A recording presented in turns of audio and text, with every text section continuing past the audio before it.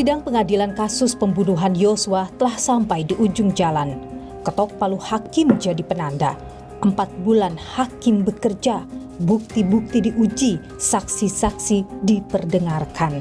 Akankah keadilan terwujud? Saya, Niluh Puspa, mencari jawabnya.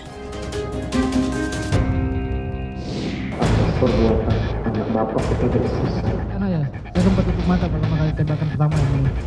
Waktu itu posisi korban? Dari tadi saya perhatikan cerita saudara itu nggak masuk di akal, dengan bukti-bukti yang ada nggak masuk di akal. Sangatlah janggal keterangan saudara.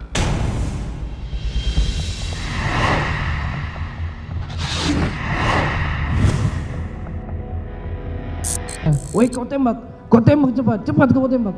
Bagaimana cara saudara memerintahkan Richard? Hajar, Cat. Kamu hajar, Cat. Kemudian ditembaklah Joshua sambil maju sampai roboh yang mulia.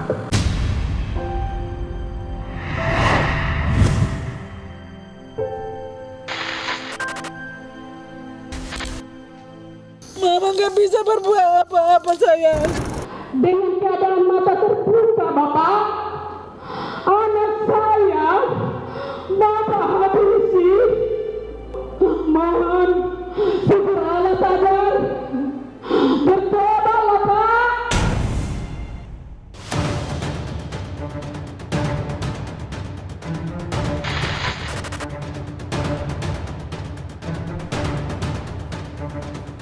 Faktor-faktor yang memberatkan atau yang meringankan pasti ada nanti. Jika ada hal-hal yang meringankan, artinya vonis Ferdy Sambo bisa di bawah seumur hidup. Bisa jadi begitu, tapi juga sebaliknya bisa pidana mati.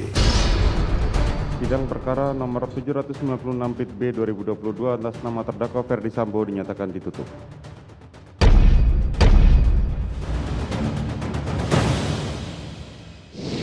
Saudara, kita tiba di akhir perjalanan pencarian keadilan kasus pembunuhan Brigadir Yosua. Vonis hakim pada semua terdakwa diputuskan pekan ini. Ferdy Sambo, bekas Kadif Propam Polri yang juga atasan Brigadir Yosua, jadi yang pertama menerima vonis hakim. Kasus ini bermula pada 6 bulan lalu, tepatnya 8 Juli 2022.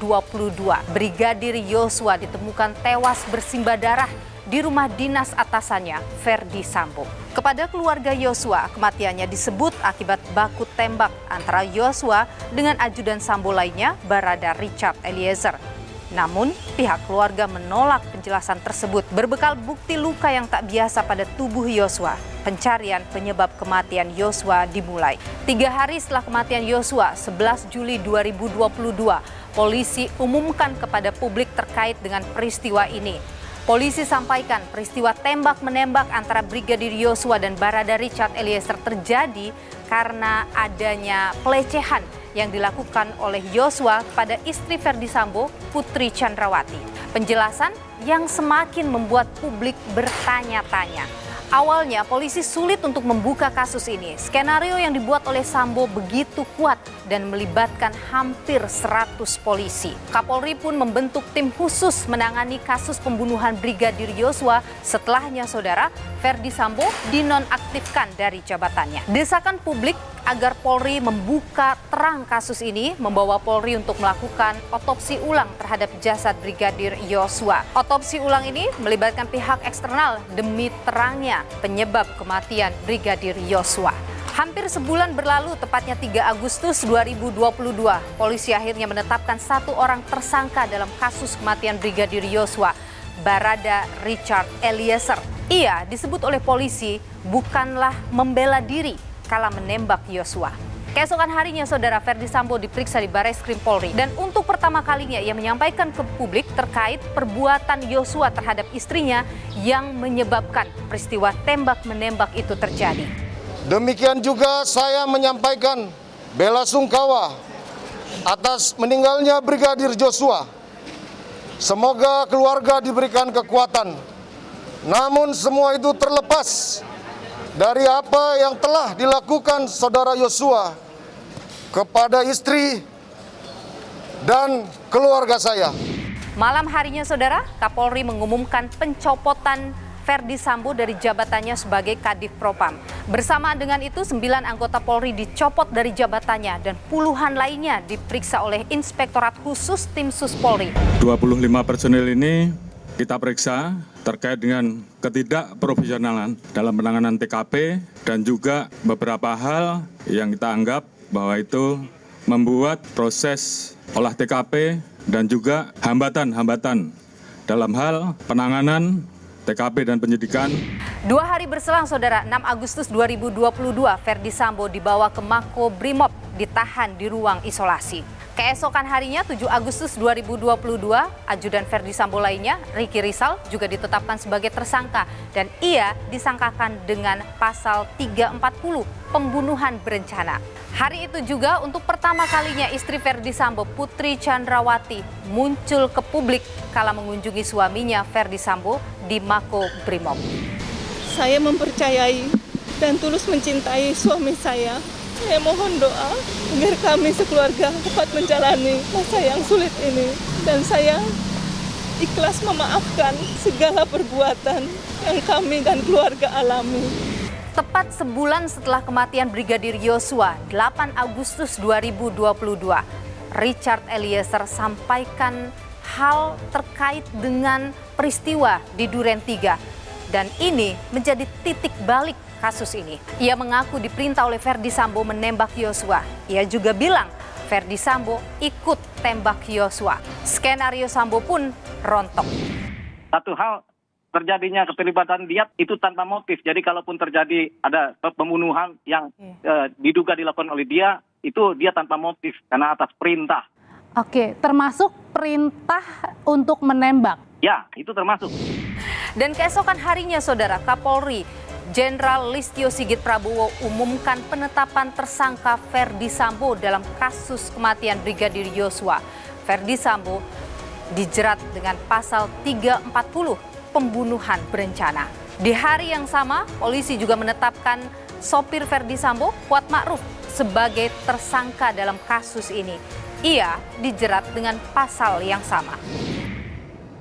Dan tim sus telah memutuskan untuk menetapkan Saudara FS sebagai tersangka.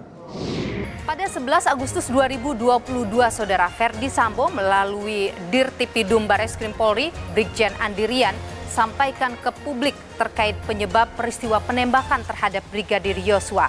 Pelecehan seksual diungkap oleh Ferdi Sambo. Namun keesokan harinya, Saudara, polisi mengeluarkan SP3 atau surat perintah penghentian penyidikan terkait dengan kasus pelecehan seksual yang dilakukan Yosua kepada Putri Chandrawati di Duren 3. Lalu pada 19 Agustus 2022, polisi akhirnya menetapkan istri Ferdi Sambo, Putri Chandrawati, sebagai tersangka kelima dalam kasus pembunuhan Brigadir Yosua.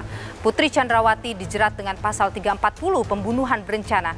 Ia disebut oleh polisi tahu terkait dengan rencana pembunuhan Brigadir Yosua. Setelah melalui proses panjang, akhirnya berkas Ferdi Sambo dan kawan-kawan dinyatakan P21 alias lengkap dan siap untuk disidangkan.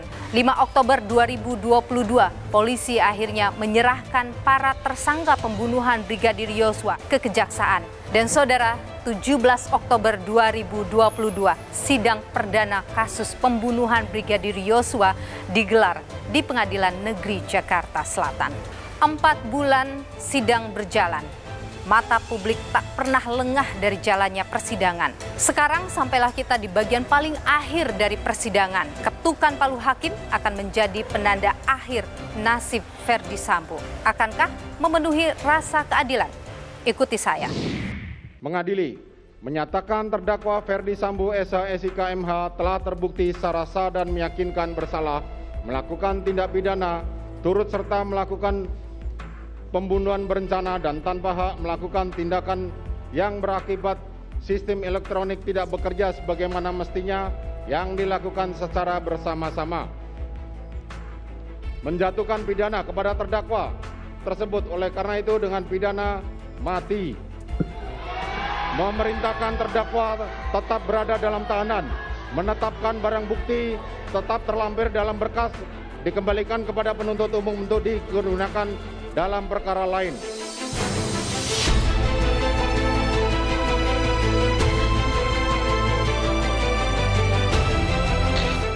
Pada intinya kami melihat apa yang disampaikan atau yang dipertimbangkan dari majelis hakim ini menurut kami, tapi kami hormati. Kami hormati, menurut kami itu tidak berdasarkan fakta persidangan, hanya berdasarkan asumsi. Jadi apapun yang diputuskan tetap kami hormati. Langkah selanjutnya setelah ini, Pak? Langkah selanjutnya, nanti aja. Ibu, setelah vonis mati tadi disampaikan kepada Ferdi Sambo, bagaimana Ibu sudah memenuhi harapan Ibu? Iya, sesuai dengan harapan kami dan doa kami kepada Tuhan yang kami panjatkan setiap saat. Tuhan telah nyatakan mujizatnya melalui perpanjangan tangannya, yaitu hakim sebagai utusan di muka bumi ini. Mereka telah memberikan harapan kami sesuai dengan perbuatan Sambo. Dia mendapatkan putusan vonis yaitu hukuman mati. Jadi kami keluarga sangat-sangat berterima kasih kepada semua para hakim maupun semua publik maupun media. Semua yang mendukung kami, terlebih itu kami pengacara, semua pihak keluarga kami sangat-sangat berterima kasih. Semoga Tuhan Yesus memberkati semuanya. Pak Kamarudin, melihat pertimbangan-pertimbangan hakim, Anda merasa hakim sudah cukup independen, sudah cukup imparsial, tidak mengalami tekanan?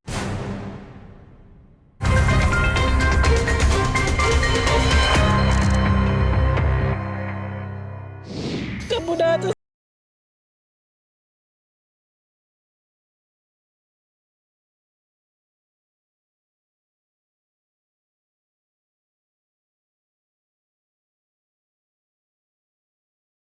Pak Kamarudin, melihat pertimbangan-pertimbangan hakim, Anda merasa hakim sudah cukup independen, sudah cukup imparsial, tidak mengalami tekanan? Saya melihat majelis hakim itu dia begitu bersemangat, dia independen dan benar-benar dia wakil Tuhan. Dari pertimbangannya, dari pemaparan fakta-fakta, bahkan beliau sangat bersemangat. Kurang lebih tadi dari jam 10 sampai dengan jam berapa tadi, jam 3, kurang lebih 5 jam. 15.30 tadi. Mereka sangat bersemangat, jadi artinya mereka telah memberikan kemenangan kepada rakyat Indonesia, bukan hanya kepada Joshua tapi kepada seluruh rakyat Indonesia. Tidak ada keraguan sama sekali? Tidak ada keraguan. Dan dia sangat yakin dengan pertimbangannya, fakta perbuatan Ferdi Sambo atau terdakwa Ferdi Sambo, dan dari fakta-fakta itu dia memang layak dihukum mati. Anda merasa layak hukum mati untuk Ferdi Sambo? Ya. Saya ingin tahu dulu ke Ibu Rosti, tadi ada hal yang disampaikan oleh hakim terkait dengan mungkin ada hal yang dilakukan oleh Yosua yang menyakiti hati. Bagaimana Ibu menanggapi yang disampaikan oleh hakim itu? Kalau masalah yang disebutkan hakim di dalam persidangan tadi, kalau soal menyakitkan kami sebagai keluarga, karena kami mendidik anak ini dari kecil sampai hingga dewasa, memang dia ini taat, anak yang jujur dan anak yang patuh, yaitu itu di luar dugaan kami. Ya, semoga nanti kami menginginkan harapan kepada hakim, anak kami dipulihkan namanya, harkat dan martabatnya. Semua keluarga mengharapkan Huta Barat Simbajuntak agar anak kami yang telah dirampas nyawanya mohon dipulihkan harkat, nama baiknya, harkat dan martabatnya. Oke. Itu harapan kami sebagai keluarga. Jadi ingin dipulihkan. Oke, dan Bung Kamarudin, mungkin saja langkah hukum lanjutan masih akan dilakukan. Bagaimana Anda mengawal ini nanti? Tentu kita kawal terus supaya majelis hakim pada tingkat banding betul-betul serius mencermati perkara, dan kami juga nanti akan bersurat ke pengadilan tinggi sekiranya mereka banding atau upaya hukum sampai dengan kasasi. Kemudian kami juga berharap supaya nenek putri yang sebagai trigger atau pemicu permasalahan ini juga supaya dihukum dengan hukuman yang sama dengan Ferdi Sambo, karena semua permasalahan ini timbul adalah dari nenek putri mengaku pingsan, mengaku dibanting-banting 3 kali tetapi tidak ada bukti. Artinya bahkan pakaiannya pun tidak terbuka. Artinya itu semua omong kosong aja. Oke. Kami sudah menyatakan itu tidak bisa dipertimbangkan, artinya sudah dikesampingkan. Karena juga tidak dilaporkan pasca kita patahkan laporan dia di Jakarta Selatan, baik laporan tentang percobaan pembunuhan 338 Junto 53 KUH pidana, juga pasal 285 di Jakarta Selatan, semua sudah SP3 dan mereka tidak melapor lagi. Saya ingin ke Ibu, Ibu mohon maaf pertanyaan saya ini terkait dengan baru satu yang divonis Ibu, Ferdi Sambo, masih kita menunggu Putri Chandrawati, Ricky Rizal, Kuat Ma'ruf, termasuk Richard Eliezer. Apa harapan Ibu terhadap 4 terdakwa lain ini? Kami percaya Bapak Hakim yang mulia, ketua maupun anggota adalah utusan Tuhan dan perpanjangan tangan Tuhan. Kami yakin dan percaya Hakim akan bisa memberikan putusan vonis yang terakhir, yaitu seberat-beratnya karena mereka terpenuhi di dalam pembunuhan berencana yang merampas nyawa anak saya secara sadis dan keji. Termasuk terhadap Richard Eliezer? Richard Eliezer memang termasuk, tapi dia sudah datang sujud dan mengakui kesalahannya. Semoga Eliezer pemuda yang baik yang bertobat nanti ke depannya. Biarlah nanti hakim yang memberikan proses hukum yang sesuai kepada Richard Eliezer. Bung Kamarudin, melihat vonis yang diberikan oleh hakim sekarang, bagaimana bayangan Anda vonis terhadap 4 terdakwa lain, termasuk pada Richard Eliezer? Kalau vonis terhadap Nenek Putri atau kepada Kuat Ma'ruf maupun Riki Rizal harus diperberat daripada tuntutan jaksa. Kecuali kepada Barada Richard Eliezer karena dia menyesali perbuatannya, datang meminta maaf dan berjanji tidak mengulangi, maka dia harus diberikan keringanan. Saya berharap untuk Barada Richard Eliezer kalau bisa majelis hakim menjatuhkan putusan di bawah 5 tahun. Baik, di bawah 5 tahun. Bung Kamarudin, hukuman vonis mati pada Ferdi Sambo menurut Anda sudah layak? Sudah layak karena dari pertimbangan majelis hakim tadi ada kurang lebih 13-14 perbuatan dia yang sangat jahat yang merusak citra kepolisian. Baik. Bung Kamarudin Simanjuntak, juga Ibunda Brigadir Yosua, terima kasih sudah bersama Niluh. Sehat selalu dan semangat selalu. Baik, kami izin makan dulu ya. Baik, terima kasih buat semuanya. Ini kemenangan buat masyarakat Indonesia. Baik. Terima kasih Bung Kamarudin Simanjuntak, Bu Rosti Simanjuntak juga. Mama makan dulu ya. Mama belum makan ya.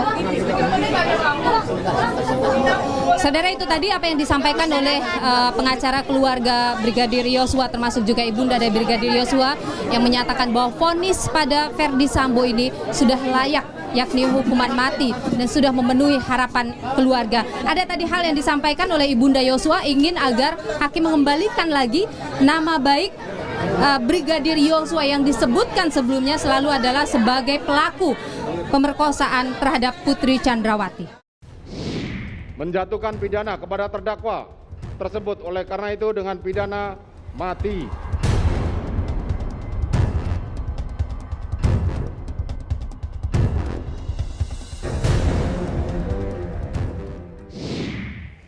Saudara, vonis mati yang diberikan oleh hakim kepada Ferdi Sambo mengejutkan publik.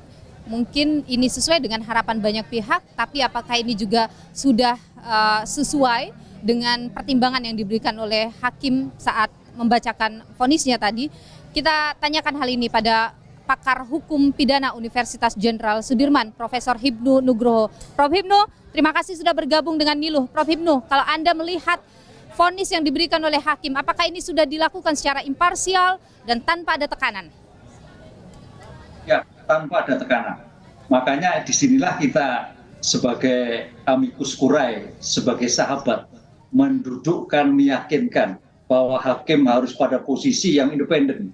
Jangan takut pada gladiator hukum yang mungkin berkeliaran, mungkin yang menjadikan mempengaruhi independensinya. Jadi kalau kita lihat dalam suatu sistem peradilan Mbak Niluh, yang sering saya sampaikan, unsur keterbukaan untuk umum sudah, unsur pembuktian sudah demikian variabelnya banyak sekali, unsur penasihat hukum juga, unsur independensi. Ini sangat luar biasa. Due process of law dalam suatu pengangkapan perkara yang kita acungi jempol. Tidak ada suatu ketakutan yang biasa. Hanya berdasarkan pada bukti yang akurat, faktor yang memberatkan dan meringankan. Faktor yang memberatkan itu saya sepakat. Menembak, Mbak. Menembak. Tidak hanya sekali, 2 kali, 3 kali. Itu suatu yang sangat menyakitkan. Karena dalam suatu sistem itu menembak itu suatu yang memberatkan. Caranya itu. Kalau cuma 1 kali, oke lah Mbak Niluh. Tapi 2 kali, 3 kali. 1. 2, menggunakan senjata negara. Pistol negara. Pistol negara itu untuk melakukan kejahatan loh. Ketiga, menggunakan dia sebagai pejabat polisi, itu yang sangat berbahaya. Makanya Prof Hibnu, kalau kita lihat kan hal yang memberatkan dari hakim disampaikan tadi, perbuatan ini terhadap ajudannya yang sudah mengabdi padanya, menimbulkan kesedihan keluarga, menimbulkan keriuhan di masyarakat, tidak pantas dilakukan oleh seorang anggota Polri, apalagi Kadif Propam. Dan kemudian banyak juga menyebabkan polisi terlibat di sini. Tidak ada unsur meringankan bagi Ferdi Sambo. Bagaimana Anda melihat itu? Cukup adil?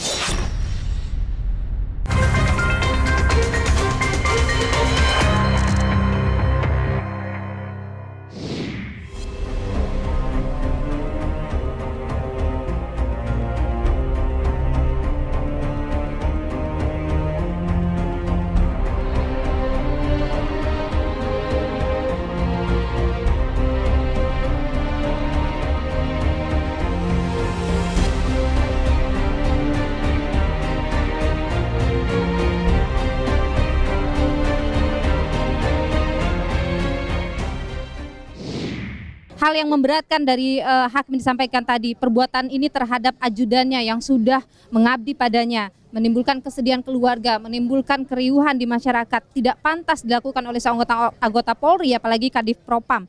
Dan kemudian banyak juga menyebabkan polisi terlibat di sini. Tidak ada unsur meringankan bagi Verdi Sambo. Bagaimana Anda melihat itu? Cukup adil? Adil, saya kira adil.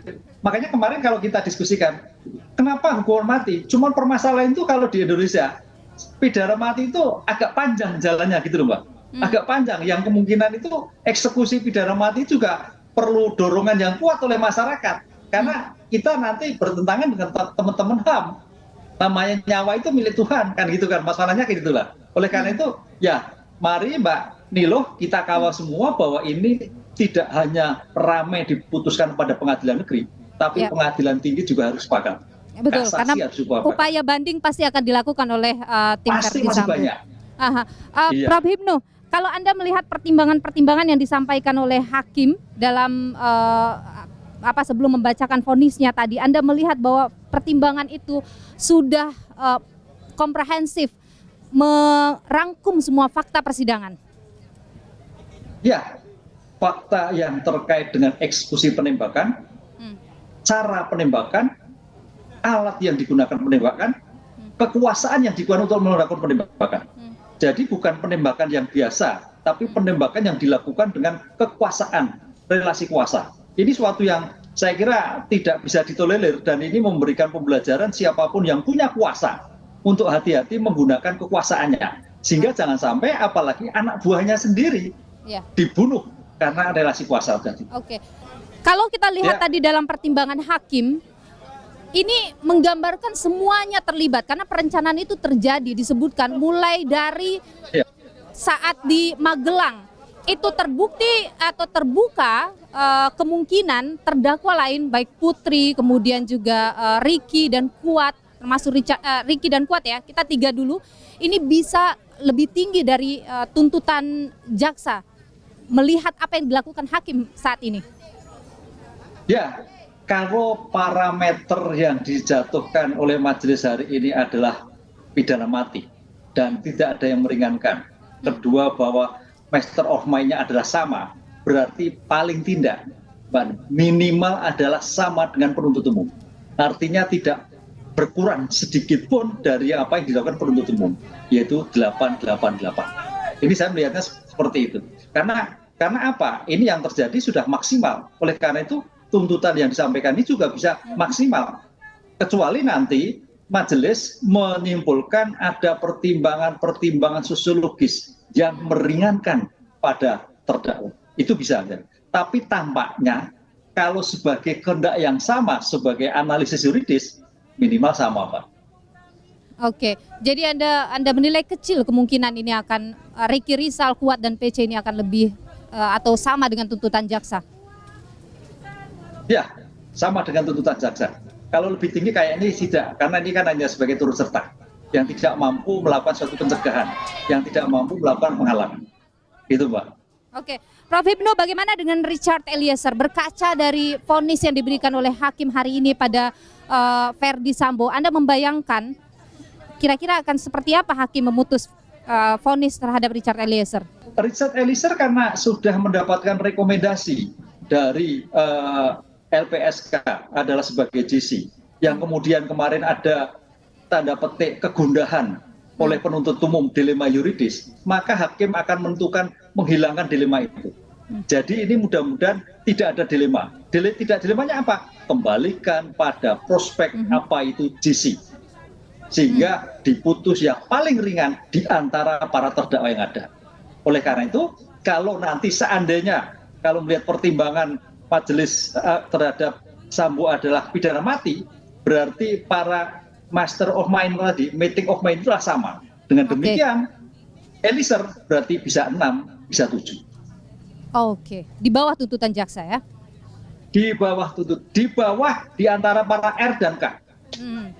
Kalau Anda melihat uraian pertimbangan hakim tadi, Prof Hipnu, Anda menilai siapa yang paling besar? Apakah Ricky, Kuat, dan PC ini besar peranannya dalam kasus pembunuhan berencana ini? Kalau melihat suatu uraian ada meeting of mind yang sama, semuanya sama, Pak. Semuanya sama, semua tapi dalam suatu tekanan, ketidakmampuan untuk mencegah, ketidakmampuan untuk menghindar, sehingga mau tidak mau ikut skenario yang dilakukan oleh Pak Sambo. Sehingga ya kehendak yang sama. Kalau kita melihat uraian dari penuntut penasihat hukum, uraian majelis tadi, ini ya tidak ada bedanya. Ini yang saya kira tadi menjadikan rujukan pertama adalah Sambo. Begitu Sambo mati berarti semuanya ada dimungkinkan adalah sama, tidak turun, kecuali turun sulit, naik mungkin kan itu. Prof. Hipnu, apakah Anda menilai hakim ini sudah menggali soal nilai-nilai yang hidup di masyarakat, termasuk juga perasaan keadilan masyarakat di vonis ini? Ya, kalau kita melihat vonis, namanya kepastian hukum, bedakan dengan kepastian perundang-undangan. Kalau perundang-undangan berarti kita hanya bermain pada rumusan undang-undang. Tapi kalau kepastian hukum ada di undang-undang, ada di luar undang-undang.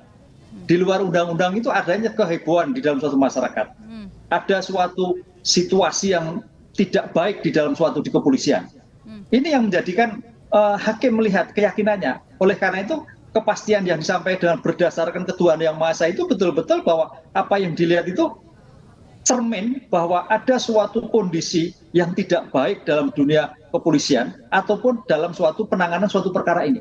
Sehingga mau tidak mau hakim harus melihat suatu keadilan yang bersama ini adalah baik keadilan masyarakat, keadilan korban, maupun keadilan di dalam pengembangan ke depan. Karena apa Mbak? Justru yang saya inginkan bahwa perkara ini mempunyai aspek deteren. Jadi dengan pidana mati itu, aspek deteren bagi siapapun yang punya kuasa, tidak main-main dengan kekuasaannya, apalagi terhadap ajudannya. Oke, Prof. Hipnu, Anda melihat apa dampak vonis Ferdi Sambo ini bagi peradilan Indonesia? Apa yang bisa kita petik?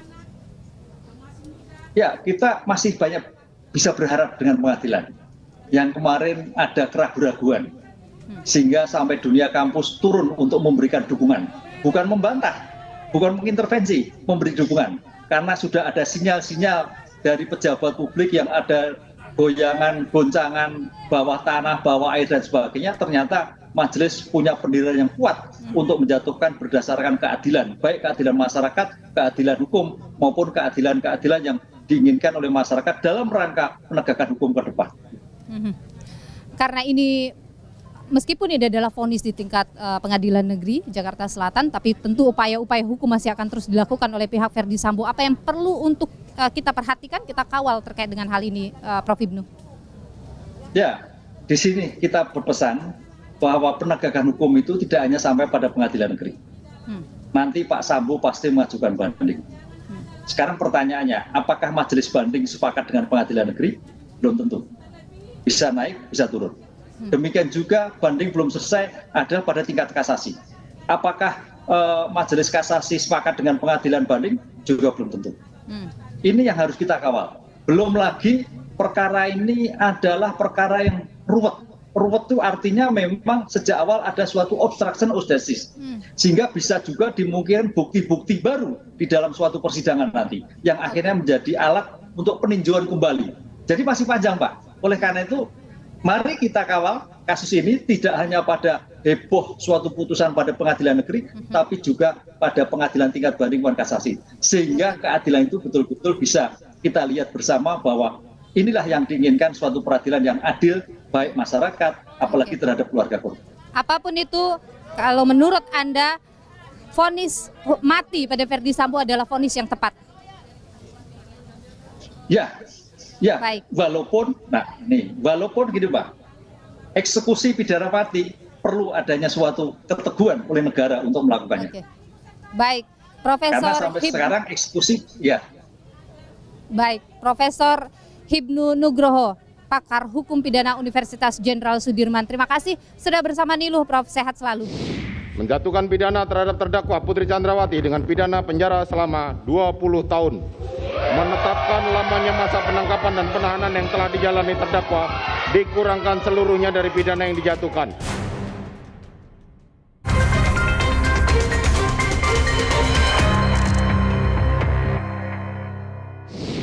Menjatuhkan pidana kepada terdakwa tersebut oleh karena itu dengan pidana mati.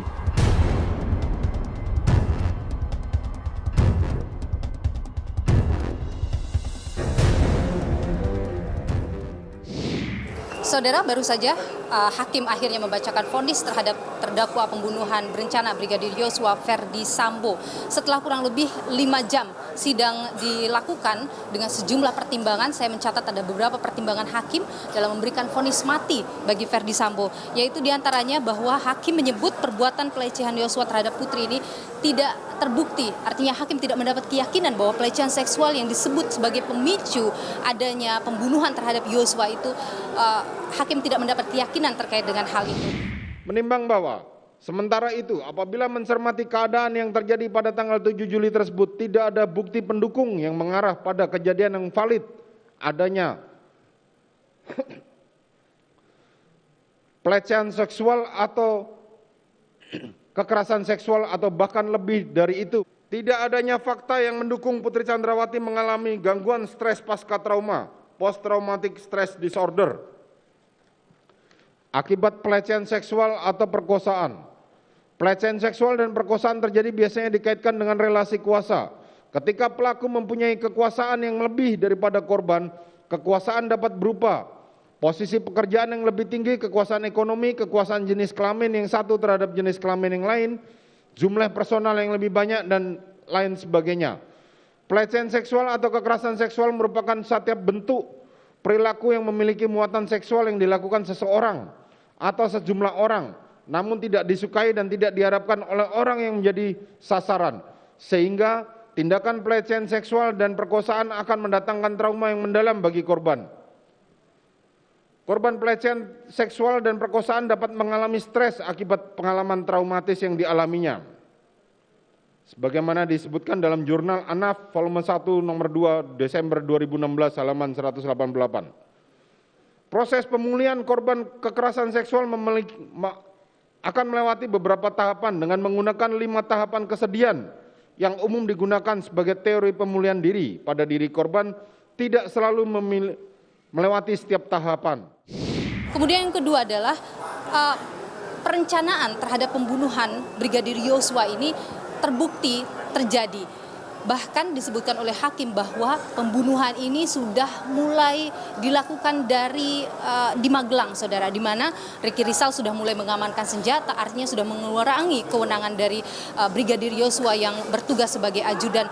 Termasuk juga hakim menyebut saat berada di rumah Ferdi Sambo di Saguling, terdakwa lainnya Kuat Ma'ruf, Ricky Rizal, Putri Chandrawati dan juga Richard Eliezer mengetahui terkait dengan rencana dan memiliki niatan atau kehendak yang sama untuk menyingkirkan Brigadir Yosua. Karena perasaan sakit hati Putri Chandrawati tersebut, kemudian mulai terungkap adanya meeting of mind para terdakwa untuk menyingkirkan korban Nofriansah Yosua Huta Barat. Diawali dengan Kuat Ma'ruf meminta kepada Putri Chandrawati menghubungi terdakwa agar korban Nofriansah Yosua Huta Barat tidak menjadi duri di dalam rumah tangga ibu. Selanjutnya diikuti dengan perbuatan permulaan berupa pengamanan senjata api jenis HS dan laras panjang jenis Steyr yang biasa dibawa oleh korban Yosua Huta Barat. Kemudian hakim juga menyebut bahwa Sambo secara terbukti atau hakim mendapat keyakinan bahwa Sambo menembak Yosua, yang sebelumnya memang Sambo selalu mengatakan dirinya tidak pernah melakukan penembakan terhadap Brigadir Yosua. Oleh karenanya, berdasarkan keterangan terdakwa, keterangan saksi Richard Eliezer Pudiang Lumiu, saksi Rifaizal Samuel, saksi Adan Romer, saksi ahli Vira Samia, saksi ahli Farah Primadani Kauro, dan ahli Arif Somirat sebagaimana telah diuraikan di atas, majelis hakim memperoleh keyakinan yang cukup bahwa terdakwa telah melakukan penembakan terhadap Nofriansah Yosua Huta Barat dengan menggunakan senjata api jenis Glock yang pada waktu itu dilakukan oleh terdakwa dengan memakai sarung tangan warna hitam.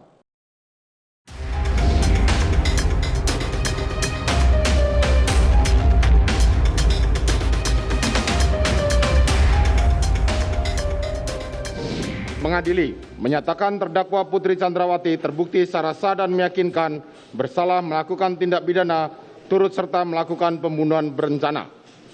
Menjatuhkan pidana terhadap terdakwa Putri Chandrawati dengan pidana penjara selama 20 tahun.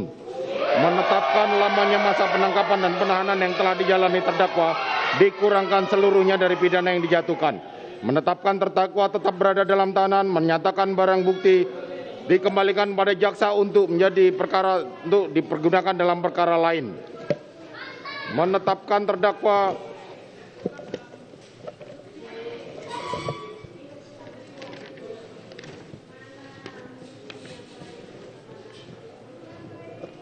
membebani terdakwa Putri Chandrawati untuk membayar biaya perkara sebesar Rp5.000. Silakan duduk. Kami akan tetap menunggu dengan sabar dan mengharapkan dari majelis hakim bisa memberikan putusan yang ringan seringan-ringannya buat Icat.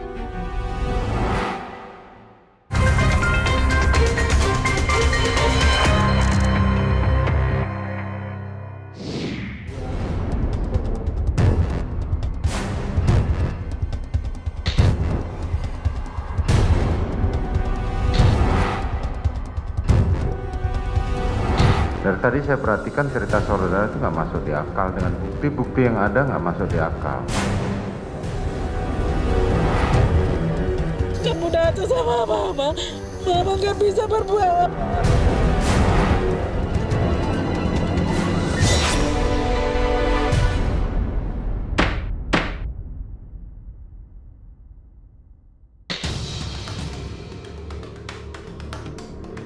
Selanjutnya Majelis Hakim akan mengambil putusan yaitu pada tanggal 13 Februari.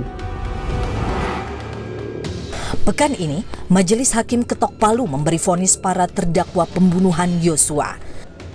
Setelah Ferdi Sambo dan Putri Chandrawati mendapat vonis, Richard Eliezer akan menerima vonis hakim 2 hari kemudian. Selain vonis Sambo, vonis Richard juga paling dinanti. Berstatus justice kolaborator, banyak yang menilai vonis Richard seharusnya lebih rendah dari terdakwa lain. Dia merasa sikap jaksa maupun hakim terhadap dia selama proses pengadilan itu kan sangat baik. Bahkan klausul-klausul yang muncul sebelum putusannya itu disebutkan kan sangat baik buat dia. Itu yang dia merasa kaget, tetapi alhamdulillah dia bilang, saya ini anggota Brimob, Pak, dan saya siap untuk menghadapi apapun.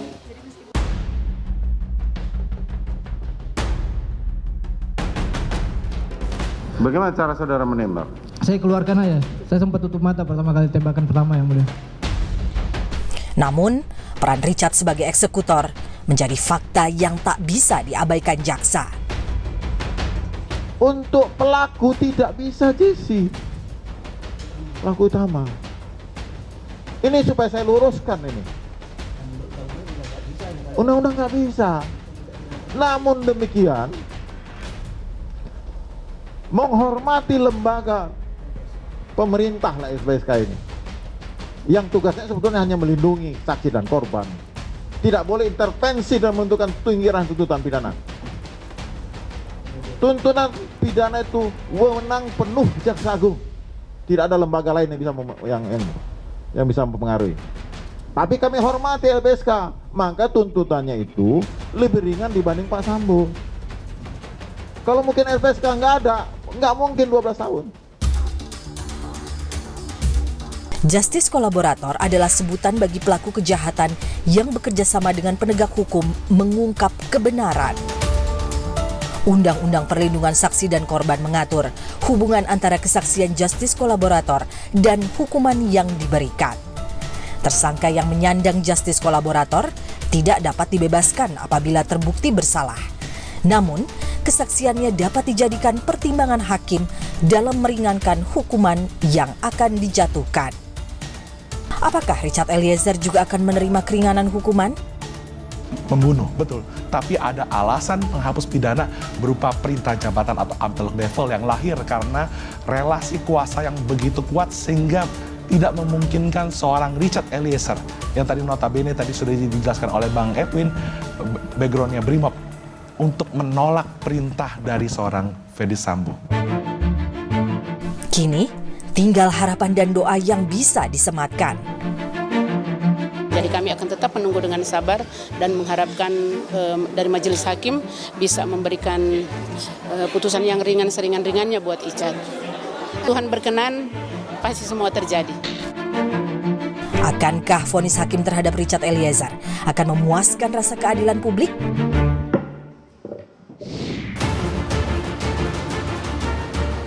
Vonis telah dijatuhkan, vonis yang berdasar keyakinan yang muncul dari proses panjang persidangan. Logika hukum dan logika kemanusiaan jadi pertimbangan. Keadilan untuk semua tujuannya. Saya, Niluh Puspa, sampai jumpa.